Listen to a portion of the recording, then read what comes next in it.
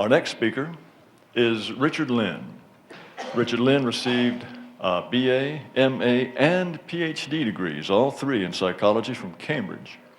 And as an undergraduate, he won the Passingham Prize for being the best psychology undergraduate student of that year. He taught at many universities and finished his academic career as the head of the psychology department at the University of Ulster in Ireland, of which he is now Professor Emeritus. I have probably read more nonfiction books by Richard Lynn than any other nonfiction author I can think of. And some of my favorites are Race Differences in Intelligence, Eugenics, A Reassessment, Dysgenics, IQ and the Wealth of Nations, and The Global Bell Curve. His latest book is it's called The Chosen People, a study of Jewish intelligence and achievements. As you can see just in the titles of his book, Richard Lynn has no fear of controversy. And I can tell you, I know of no one who has shown more dedication and more consistency, more effort in trying to throw light into the areas of darkness than Richard Lynn. If this difficult project of bringing sanity to a world that has gone insane ever succeeds, Professor Lynn will be recognized as the international treasure that he is. But in the meantime, I present to you Professor Lynn, who will speak about the prospects, eugenics and dysgenics, a promise denied. Please welcome Professor Lynn.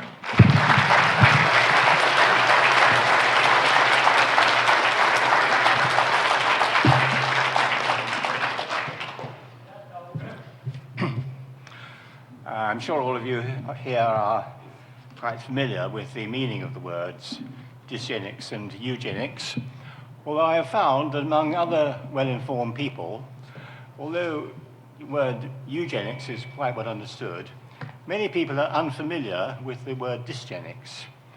The reason for this is that it very rarely appears in newspapers or in discussion. It is not even listed in the 2-volume Oxford Dictionary. And the reason it is so little known is that it is a profoundly politically incorrect concept, of which the axiom is that some people are better than others.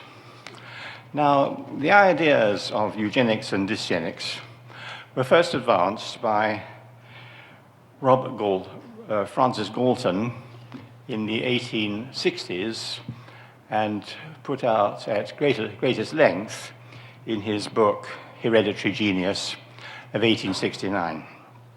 And in that book, he argued that the populations of advanced countries, particularly that of Britain, of which he was, of course, a citizen, but also of other economically advanced countries, that these populations were all declining genetically in 3 respects, namely those of health, intelligence, and what he called moral character, by which he meant a strong moral sense, a sense that one should work, one should make the best of one's talents, one should be honest, one should contribute to society, and a spectrum of characteristics of that kind.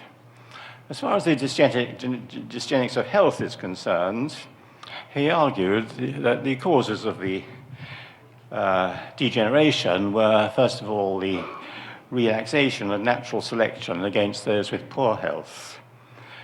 These were attributable, he thought, to improvements in public health, particularly the provision of pure drinking water and efficient sanitation. And this, the effect of these was that many children survived who would previously have died. Subsequently, it has been noted that medical improvements have increased genetic deterioration for health. And these consist, firstly, of surgical interventions, which have preserved the lives of those who would otherwise have died and enable them to transmit their genes to later generations. The first of these was retinoblastoma, a hereditary cancer of the eye. And an American surgeon handled this problem in the first decade of the 20th century by removing the eyes of the affected patient. This cured the cancer. It was not then able to spread to other parts of the body. Enabled the person, although now blind, to survive into adulthood and have children, thereby perpetuating the gene. And secondly, later in the 20th century, antibiotics also had a dysgenic effect. For instance, the commonest genetic disorder in European populations is cystic fibrosis. Those born with this condition used formerly to die quite early in life, in childhood or early adolescence. But today they can survive, thanks to antibiotics, to their late 30s or even their early 40s, enabling them to have children and transmit the genes. So much for the genetics of dysgenics of health. And now I come to the dysgenics of intelligence. Galton argued that there's been some relaxation of natural selection against those with low intelligence following the demographic transition. The first demographic transition consists of the replacement of populations with high fertility and high mortality, which has usually characterized human populations, with low fertility and low mortality. And during this transition, Galton argued that those who died formerly would be predominantly those of the lower intelligence. This gave rise to a negative association between intelligence and fertility. And the third dysgenic effect has been dysgenic immigration. Therefore, we are confronted with two dysgenic processes. First of all, dysgenic fertility, the tendency for intelligent people to have few children, and secondly, with the process of dysgenic immigration. Studies of the association between intelligence and fertility began to be carried out in the early 20th century following the development of intelligence tests, which made it moderately straightforward to test the intelligence of a larger sample of people past childbearing years from the mid-40s onwards and ask them how many children they had. And those studies almost invariably found that intelligent people have fewer children and then less intelligent people, as Galton had some eyes. And we see here a recent study of data collected in 2004 in the United States. Here are all these correlations between IQ and IQ and fertility are negative, and so too are all the correlations of fertility with education, which is a function of a mix of IQ and strong moral character. And the correlations with education, as we'll see, are a little higher than those with IQ.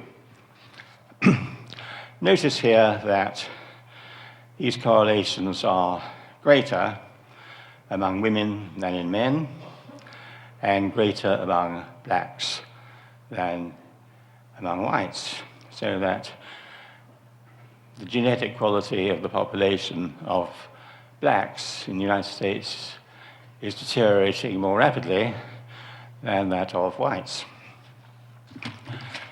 Here I think you'll just see that observation summarized.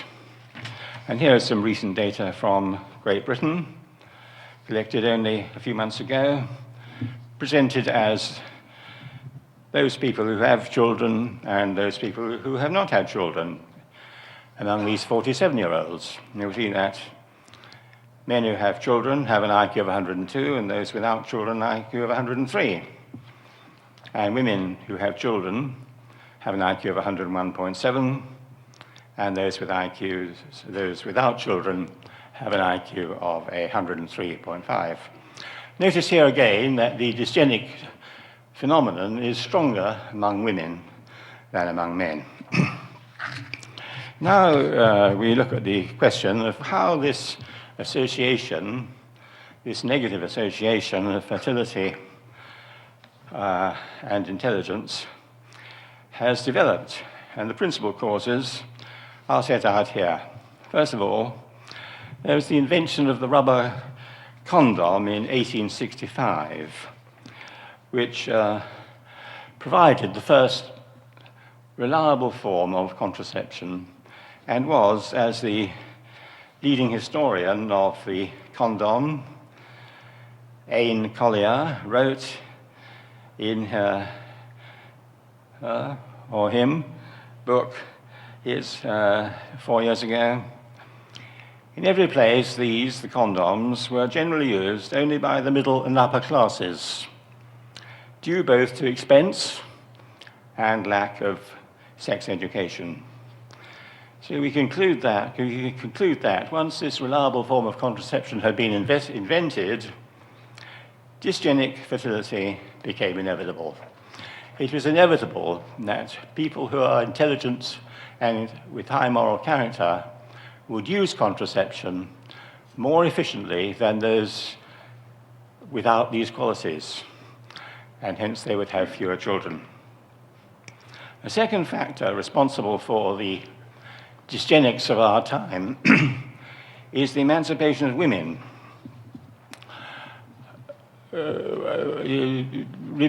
Continually over the last century or so, women have entered higher education and the professions.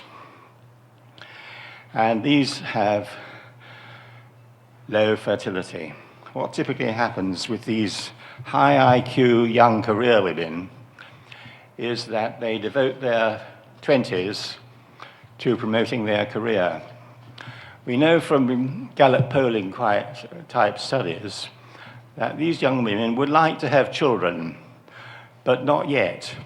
They postpone having children until into their 30s, and then they frequently find that for various reasons they are perhaps not able to find Mr. Right, or they have become infertile because the fertility of women declines from their 30s onward. For various reasons they find they are not able to have children. And so they enter the world quite frequently of IVF, which frequently is unsuccessful, and they end up childless. So we now have a situation where somewhere around a third of women graduates in their 40s are childless. And the third dysgenic force has been welfare. The growth of welfare for what may be called the underclass has grown.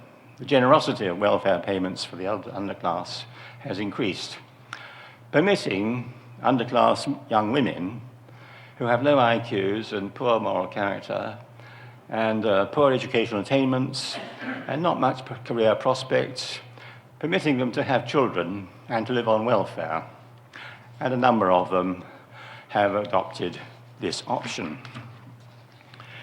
Now, the effect of dysgenic fertility has not been particularly great. It's calculated as a decline of genotypic intelligence, that is the genetic component of intelligence, of about 1 IQ point a generation. So that in itself is not a huge decline. But of course, this has persisted for some 6 generations from the 1860s, when Galton first identified it, up to the present, entailing a decline of around around 60 IQ points, which is quite an appreciable decline. This decline of genotypic intelligence has been compensated by an increase of phenotypic intelligence, known as the Finn effect, which is that intelligence, as measured, has increased over much of the 20th century. This is due largely to improvements in health, nutrition, and possibly longer, for older age groups, education. However, this increase has now come to an end as the advantages of these environmental improvements have become exhausted, and declines of phenotypic intelligence, that is to say measured intelligence, have actually been recorded in Britain and Denmark from about 1990, and in other countries the increase of intelligence has ceased, including the United States, although not yet gone into decline. Now, hitherto I've spoken of dysgenic effects within countries. These correlations I've shown you are dysgenic effects within countries, but there's also been dysgenic effects over the entire world. Over the entire world, just as within countries, the intelligent people, as to say, the European peoples and the Northeast Asian peoples, have been having quite few children. In fact, the numbers of children produced in all these countries of Europe and Northeast Asia is below replacement.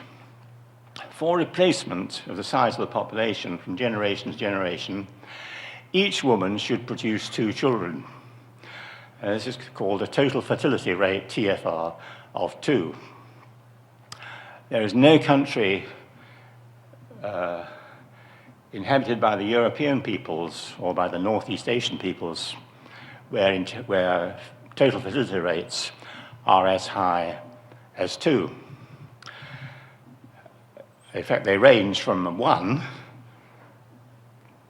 in Singapore to around 1.2 in a number of European countries, in the Baltic states, in the Czech Republic, to around 1.3 in Italy and Spain, 1.5 in Germany, and about 1.7 in Britain. And the total fertility rate of American Europeans is about 1.8.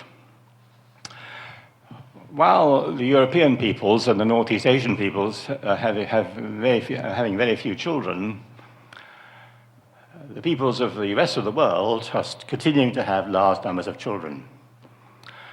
Around 4 or so in the, what you might call the moderately intelligent populations, which across North Africa, South Asia, and in much of Latin America, and up to natural fertility, so-called, of around 6 to 8 children in most of sub-Saharan Africa. Natural fertility being number of children which a woman has without any form of contraception. Although there are just the beginnings of dysgenic fertility appearing in sub-Saharan Africa as the professional classes have begun to reduce their fertility. So the most recent study of this phenomenon by Gerhard Meisenberg has found a correlation of 0.83 across all the nations in the world. That simply captures in a statistic this phenomenon, that the intelligent peoples are having few children, and he calculates a decline of the world's genotypic intelligence of 1.3 IQ points a generation. Now, dysgenic immigration will clearly have an effect of reducing the intelligence of the host populations that have to absorb these people. In the United States, there's been massive dysgenic immigration of Hispanics in particular, but also of other peoples with low IQs, blacks from the Caribbean and blacks from Africa, and some South Asians. And it has been calculated by the United States Census Bureau that the percentages of Europeans in the population in the United States will be about 45% in the year 2050. And it's quite easy to calculate what the IQ of the population will be then, giving the European peoples an IQ of 100, the Hispanics an IQ of 89, as has been found in many studies, and the blacks an IQ of 85. If those figures are multiplied out, you get an IQ in the United States of 92 in that year. And this dysgenic immigration is not confined by any means to the United States, although the United States is the furthest advanced in this downward trajectory. The same thing has been happening in Britain, where it has been calculated by David Coleman, the professor of demography at Oxford, that the indigenous British people will be 50% of the population in the year 2066. About 56% of the population, he does these projections for various years in the future. The Europeans in Britain will be down to 56% of the population, and we can calculate likewise that the IQ will fall to about 95.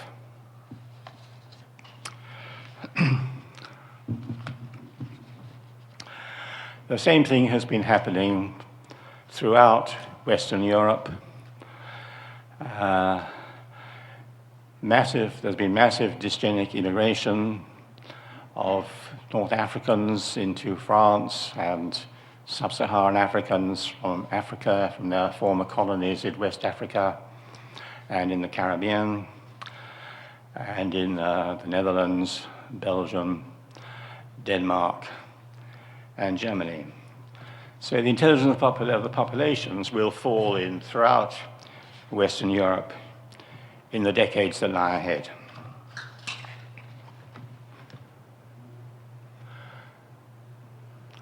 These are the factors responsible for the diminishing proportion of whites in the population.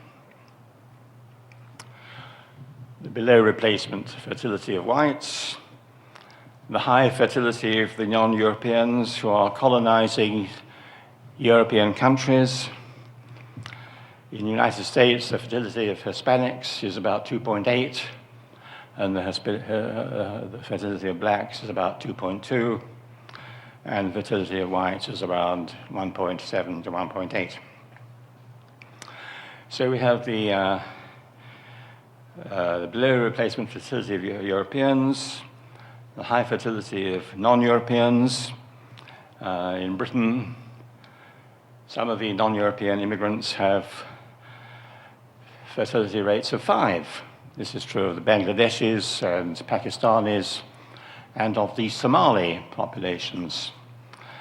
And the effective fertility of the Bangladeshis and Pakistanis is even higher because of the arranged marriages. Most marriages of young people in the Pakistani and Bangladeshi populations are arranged with partners on the subcontinent.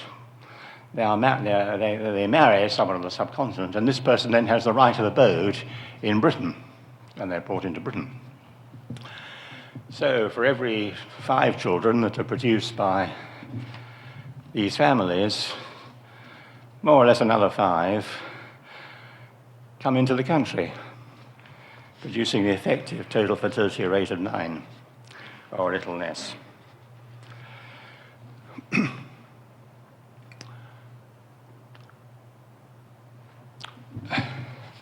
So we have continuing and probably unstoppable immigration of non-Europeans throughout the economically developed European peoples, and hence a continuing decline of our population, the ideal of our population. Galton, as I mentioned at the beginning, also proposed there's been a decline of moral character. People with high moral character are also having fewer children than people of lower moral character. And this also appears to be the case, though the evidence for it is somewhat less strong. We know, for example, that criminals have greater fertility than non-criminals. And we know that across the world, moral character is strongest in the European and Northeast Asian peoples, as it is in the rest of the world. This is found in the corruption index an index constructed by some people which provides a measure for the level of corruption in all countries in the world. This shows that corruption is quite low in Europe and in Northeast Asia, and much higher in the rest of the world. So the same thing is happening for moral character as is happening for intelligence. So I will not repeat the points I made with regard to intelligence for moral character. Now, eugenics is the solution Galton proposed to dysgenics. Dysgenics really comes first. That is the problem. Eugenics is the solution. And so Galton argued, well, we're in a situation of genetic decline, and we must try to correct this. And for this, he proposed the word eugenics in 1883. And he spent the last 28 years or so of his life trying to formulate policies that would have eugenic effects. And this was taken up in the first decade of the 20th century by many thinking people, virtually all thinking people, as Robert Feinberg reminded us in the first presentation this morning. Virtually all thinking people in the first decade of the 20th century thought Galton's analysis was correct. And the solutions he proposed of trying to correct this was also correct. And various measures were taken to attempt to correct this. The first of these, well, answers Galton in formulating policies for eugenics, distinguish between negative eugenics and positive eugenics. Positive eugenics consists of programs designed to persuade intelligent people to have more children. And negative eugenics consists of programs designed to persuade less intelligent people and people of weaker moral character to have fewer children. That is the general framework for eugenic policies. And as I was observing, many people thought this was sensible and tried to formulate actual policies that would have these effects.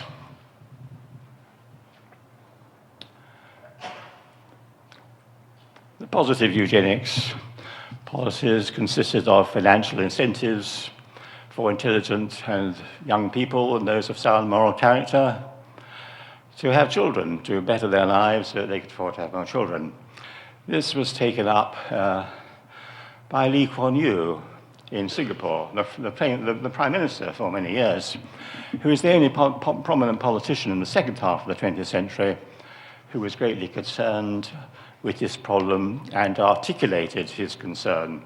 And he introduced various financial incentives for graduates to have more children or to have some children without having very much effect. The most promising development of positive eugenics, which lies in the future rather than the present, is that of embryo selection.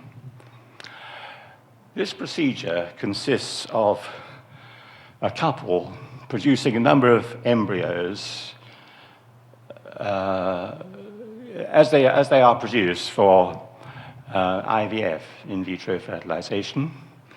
And these embryos can be assessed for their genetic qualities. And those that are deemed the most desirable embryo of the number that are grown is selected and implanted. This technology is carried out at the moment for, certainly in Britain and possibly here and elsewhere, to select girls rather than boys when the couple are likely to have a child with a sex-linked genetic disorder which appears only in males, the most well-known and commonest of which is a defect of blood clotting, which you die if not treated, haemophilia. In these circumstances in Britain, a couple can have the process carried out, and the female is implanted. However, this is not permitted for any other reasons. You're not allowed to use this procedure if you just happen to want a girl or want a boy. This is perhaps rather curious for those of us who believe we live in a free society where people should be allowed to choose whatever course of action they like, as long as this does not cause social damage. So some may say, well, if people want a girl or a boy, why shouldn't they be allowed to have one? Doesn't seem anything wrong with that. There's no special reason why to suppose that this will cause any social harm. Most people would like to have 2 children, one of each sex. So if they have a boy and want a girl, the next one, well, why not? Anyhow, however, it is illegal in Britain and throughout Europe, and I should imagine in the United States. In the future, this will probably become available to assess these embryos genetically, not merely for their sex, but for their intelligence and their moral character. As the genes for these become identified, as inevitably they will, these embryos will be assessed for their intelligence and their moral character, and perhaps for other things. So then the doctor will be able to say to the couple, well, here are the printouts of all these embryos. Which one do you want us to implant? Most people would like to have intelligent children and children of sound moral character. So this will inevitably come to be used, and this will have, if it's used on a large scale, a very considerable eugenic effect. Most couples produce children with a wide range of intelligence, as is known from everyday experience. Siblings are not all that closely similar for intelligence. In many cases, one sibling will have a high intelligence and one a substantially lower intelligence.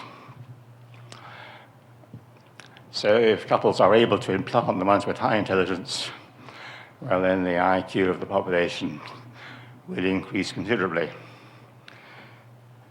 This will probably be taken up initially only by small numbers of people, as is the case with any new technological invention. Initially, it's taken up by a few who can afford it, but eventually it trickles down, and everyone, or most people, use this product. And the same can be anticipated for embryo selection, though rather slowly, because probably its illegality will be retained, and so nevertheless, clinics will be set up somewhere in the world which will carry out this procedure, and some couples will go to them to have it done.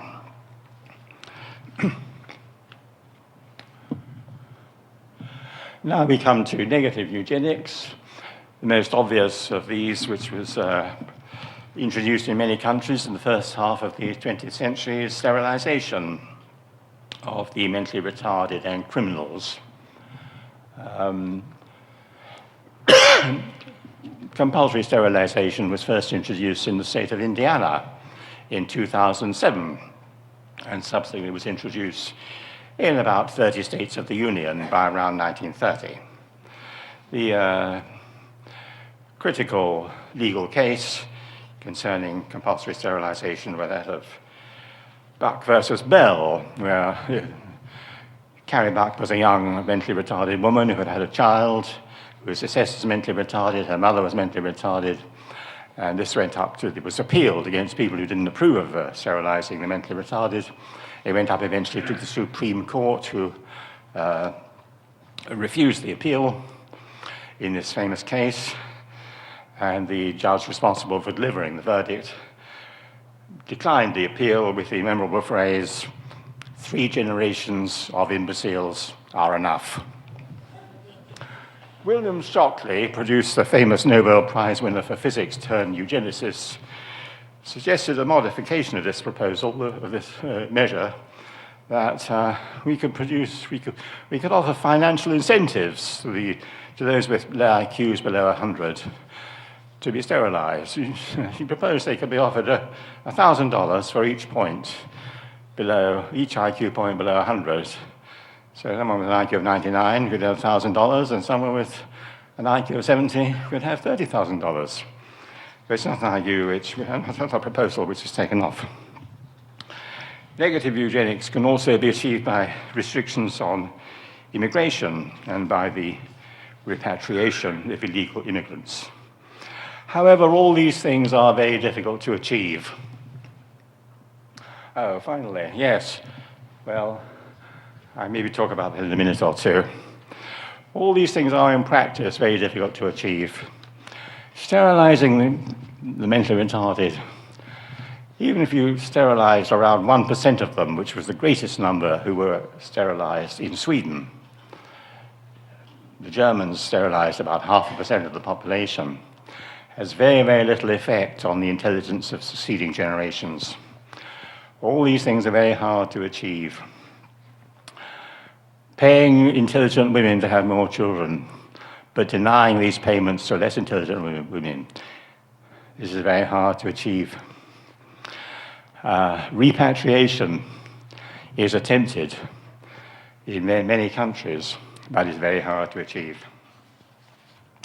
Now, I finally conclude by having some comments on the likely future of dysgenics and eugenics. Considering first the European peoples, it looks as if the European peoples will continue their downward trajectory. Dysgenic fertility has been with us for 6 generations and is still present. It is unlikely that this will end. High IQ young career women will continue to have low fertility. The migration of third world peoples into European populations in North America and in Western Europe will continue, pulling down the IQ of the new populations. This will very likely spread to Eastern Europe later in the century, as the United States, Canada, and Western Europe become successively less attractive places as the United States. The single largest group become Mexicans. The population will become like Mexico. This will be a less attractive place for Mexicans to enter. Why should they wish to enter the new Mexican United States? They might as well stay at home. But they will turn, third world immigrants looking for higher standards of living will turn to Eastern Europe. So I see the future in rather pessimistic terms for the European peoples. Possibly it might be solved by secession in the United States of some of the northern states. Maine and Vermont, perhaps, might declare independence from the Union. And the same might take place in some of the northeastern states, in Montana or North and South Dakota. The populations of these states might, considering as they see the rest of the states being overwhelmed by immigrants, might opt for secession from the Union and have developed their own European populations with very strict immigration control. The third world is also on a downward trajectory. Dysgenic fertility has just begun, and they will also be adversely affected by dysgenic immigration as elites from the third world migrate into the first world. The Northeast Asians will be less severely affected by these processes. They have some dysgenic fertility, but this will very likely in time be overcome by embryo selection. They do not have any dysgenic immigration and are unlikely to have it in the foreseeable future. China, in particular, will probably be the most successful of these countries because it does not have the handicap of being a democratic country. I don't believe that the dysgenic problem can be overcome in democracies. And China has a big advantage in this regard, that it could introduce policies such as paying high sums of money to female graduates to have children but not to the rest of the population. They can introduce policies of this kind, which would be unacceptable in democracies. China also has one considerable advantage arising as an unforeseen consequence of the one-child policy. The consequence of this has been that many couples restricted to one child who have had a girl have killed her and hope to produce a boy. The consequence of the one-child family has been that many couples would prefer to have a boy than a girl. And they have secured this objective. So there are many more young men in China than there are young women. Now, this could have a significant eugenic effect because it places power in the hands of women to select men. Women who select men as their mates and marriage partners generally select men who are intelligent, successful, and of high moral character. So the effect of this will be effectively to sterilize around 23% of the male population.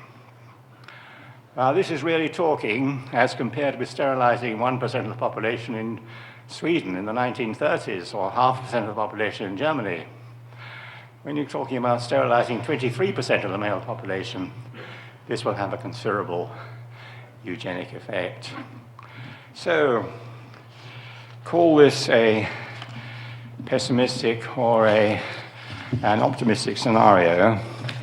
My view of the probable future is that while the genetic quality of the European populations declines, that of China will increase together with her economic and military power. And to conclude on a note of qualified optimism, I think it's probable that the torch of civilization will pass from the European peoples to the Chinese. Thank you.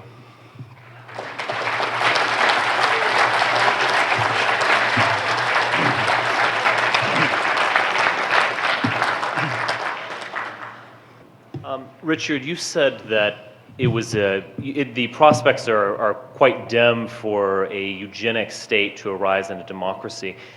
Do you think that in some ways politics need to be changed in order for us to overcome this dysgenic disaster that we're living through?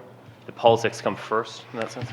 I do. The question was, I asserted that I think it's impossible for serious eugenic policies to be introduced in a democracy. The tide of liberal opinion is too strong against them. Although most people were in favor of eugenics in the first half of the century, the 20th century, the tide has turned very strongly against it in the second half up to the present day. Only some form of oligarchy, authoritarian oligarchy, such as that in China, or possibly a military dictatorship, could introduce serious eugenic policies. Yes, in China now, with the one-child policy, the preponderance of men over women, young men over women, that's true, they can select their better mates, but this also has implications for social instability, this great number of young men without mates. Do you think that might perhaps adversely affect China's chances for world dominance? Yeah. Yes, the question is this sex ratio in China, 1.23 men to 1 woman, may well have adverse consequences as you have a lot of discontented young men who are not able to find partners. Of course, these will be the least intelligent, so they may not have much clout in making nuisances of themselves. Nevertheless, I haven't seen any sign of this in China yet, although, of course, there are protests in China have been growing in these last few years. Difficult to estimate how serious a problem this will be for the Chinese oligarchy. This question is a little bit similar to Richard Spencer's, but yeah, you stated that it would be difficult for policies to be enacted in a democracy. But what about private non-profits for positive eugenics? Like Susan G. Komen's Race for the Cure, What about Richard Lynn's cure for the race? Can you repeat the last point? What about? Just like Susan G. Komen's Race for the Cure, what about Richard Lynn's cure for the race? Non-profit positive eugenics, not policies. There might be some non-profit organizations which could introduce some of these eugenic policies. They were done by Colonel Draper, who set up the Pioneer Fund in the 1930s. His first measure was to produce financial incentives to aircraft officers who he thought was the most desirable people genetically in the population. He offered bursaries for these people to have more than 2 children. But it didn't have very much effect. The problem is you have to give, it costs a lot of money and takes a lot of inconvenience to rear a child. To have more children than you would really want as a result of the incentive, a financial incentive, requires a massive financial incentive to induce people to take up this option. So I don't really have any confidence that this could have any effect. Do you have an opinion on the claim that legalizing abortion has caused crime to decline in the United States? Yes, there were some economists who calculated that the availability of abortion in the United States, which I think became effective in 1973, that this had an advantageous eugenic effect in that a lot of fetuses of the criminal classes, the underclass and so forth, were being aborted, who formerly were born and entering the population. And he demonstrated that this was the case, that crime had declined in subsequent years from this 1973 innovation. And it seems to make sense. And I guess he's correct about this. If you were to migrate to an American Indian reservation, such as the Comanche or the Navajo, and you wanted to become a member of that nation, you couldn't. You wouldn't be allowed. How is it that every country in the world these days has open doors? Anybody can move and live anywhere they want. This is an unwritten document somewhere that everybody has the right to do this. How is that going to be changed? Well, this is a very interesting question. And the number of the question is, how is it that we, particularly, we Europeans, have said to all the world, come in and live with us. It's nice here. You'll be much happier here than in your own countries. How has this happened? It seems to be against nature to invite alien peoples to come and share your homeland. I think we have become too nice. We've become too nice.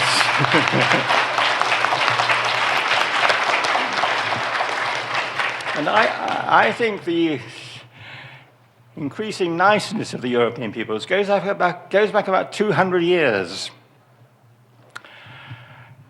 You can sketch out landmarks of our increasing niceness.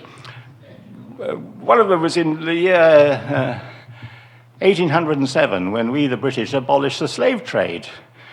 People began to say, well, this isn't really right. So we should, from the 16th through to 1800, people thought there's nothing wrong with the slave trade. But about the year 1800, people began to say, well, this is wrong. And this act was introduced, abolishing the trade. And we abolished slavery itself as an institution in 1834, and all other Europeans, peoples abolished both the trade and the institution in subsequent years, including here, of course, in about the year 1865. This is part of our nicer. We've become nicer in all sorts of respects. We pay people who are unfortunate welfare payments. In many countries, we've abolished executing murderers. In all these respects, we've become too nice for our own good. So that is my answer to that question. Dr. Lynn, you've written a book on the high IQ of Jews, especially Ashkenazic Jews. I wonder, when you go back in our own history, it's impossible to measure the IQ of whites in antiquity. But you look at a place like ancient Athens, where popular entertainment consisted of the Greek plays, which now only a minority of college students in European countries can understand. But you had olive pickers and people like that going to these plays. Is there any thoughts you have about the possibility that the other white peoples, other than the Jews, had a similar IQ, but that this dysgenic effect has been going on more than 6 generations, maybe not as quite the clip that it's acquired now, but that we have maybe lost 10 IQ points since antiquity? It is very probable that the IQ of the Greeks from the classical times has declined substantially. Galton estimated the IQ of the classical Greeks at 120 in relation to an IQ of 100 for the English, and of 79 for sub-Saharan Africans, and of 69 for Australian Aborigines. He was very close to the mark for the IQs of sub-Saharan Africans and Australian Aborigines, and very likely he was pretty close to the mark for the classical Athenians. The IQ in Greece today is about 92. So we've had massive dysgenic effects in Greece from over the last 2.5 centuries. Probably this is due to dysgenic immigration. And what the classical Greeks did, first of all, they killed a lot of each other in these repeated warfares, but they replaced their population by liberating slaves who had come from elsewhere. And subsequently, Greece was occupied by the Turks for around 5 centuries, from somewhere around 1400 to somewhere around 1900. And during that time, there must have been dysgenic mating between native Greeks and Turks. So the IQ has gone down very considerably. So we've seen it all before in the case of classical Greece. And you've seen all of the adverse effects of dysgenic immigration in this particular case. Quick technical question. In your talk about the degradation of genotypic component of IQ over generations, you said there was a correlation coefficient of 0.83 or 0.73 of IQ with something, but it wasn't clear to me what it was being correlated with. That is the correlation between measured intelligence And? numbers of children. Ah, okay. Your final statement caught my attention. Considering that it's a repressive police state radically different from the Western tradition, do you really think it's an optimistic note to think of, quote, the torch of civilization being passed to the Chinese? Well, I use the phrase qualified optimism. What would happen if China didn't exist? Then we'd be really pessimistic, because all the rest of the economically developed world, all of these countries have democracies. And as I've said, I don't think that the dysgenic problem can be solved in a democracy. So if civilization is to continue at all, even in China, and the option is the extinction of civilization elsewhere in the world, I'd rather have it survive in China. Professor, when you mentioned the Bell case, recently a book came out which received the accolades from the usual suspects, talking about how the dysgenic effects were overestimated, that the results of these IQ tests were inaccurate and stuff like that, and specifically that there was false evidence introduced by the state to sterilize what they termed the unfit. Have you looked into that at all as far as the facts of the case were? Well, this was all challenged by the late lamented Stephen Jay Gould. who always put his ideology before his science. And he wrote an essay on this case. He said he'd visited Carrie Buck. He found she was reading a low-level newspaper. So he thought she can't be mentally retarded at all. Of course, people with an IQ of 70 or 65 are quite capable of reading newspapers, as long as they're not too complex ones. And he said, oh, well, this was given by an old-fashioned intelligence test. Well, intelligence tests have barely changed from their first construction in around 1915 up to the present day. So I don't attach any credence to this.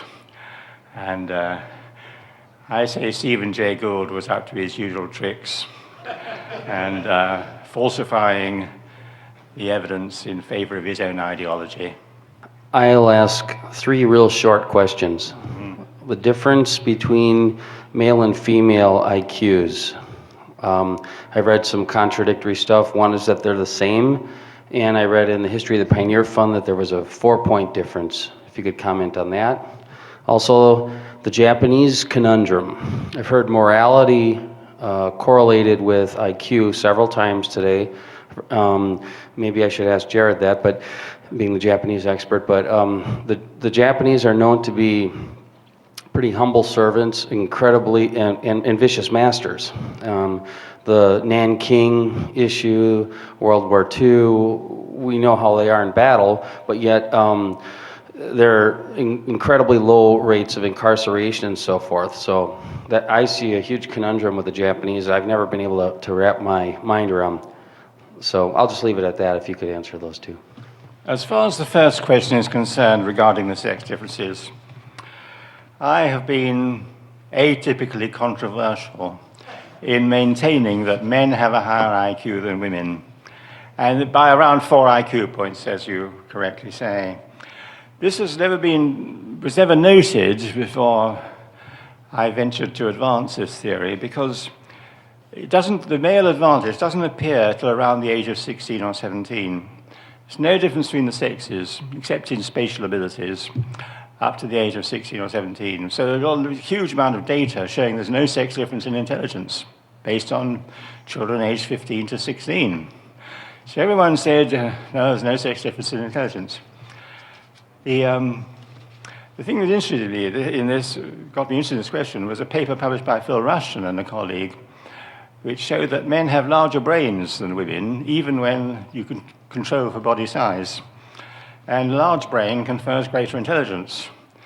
So this implies that because men have larger brains than women, you certainly expect they should have a higher intelligence than women.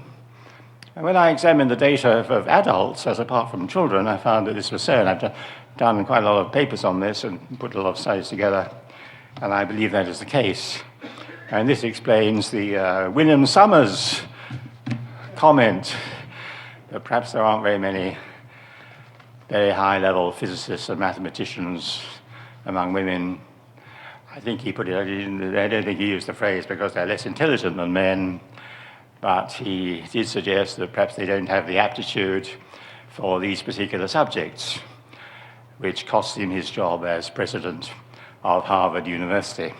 As for your second question regarding the Japanese, well, I maintain they have a strong moral character despite their cruelty in certain circumstances, such as their treatment of prisoners in World War II and so forth. Nevertheless, the Japanese are very law-abiding people. They have very low levels of crime. Japanese Americans, together with Chinese Americans, have very low levels of crime. All these things point, I think, to this conclusion that the Japanese, as with other Northeast Asian peoples, are a people with strong moral character.